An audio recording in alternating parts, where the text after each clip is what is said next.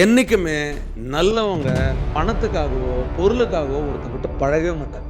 ஆனால் நல்லவன் இல்லாத ஒருத்தர் இருக்கான் பேர், அவன் பணத்தை பொருளை வளர்ச்சியை தவிர எதுவுமே பெருசாக பார்க்க மாட்டான். இந்த மனுஷன் கூட நீ பேசலான்னா பேசலான்னா, உறவு இருந்தா என்ன இல்லைன்னா என்ன, எதுக்கு இந்த உறவு?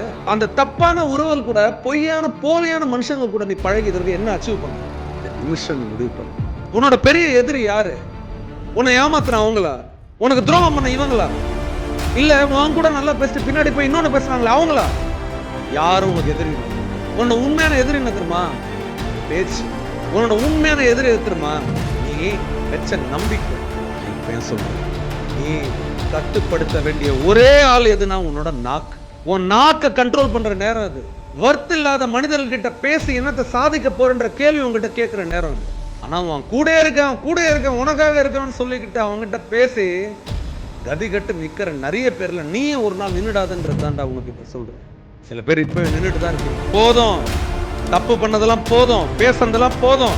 இந்த நிமிஷம் ஊட்டு போடுற நேரம் வந்துச்சு.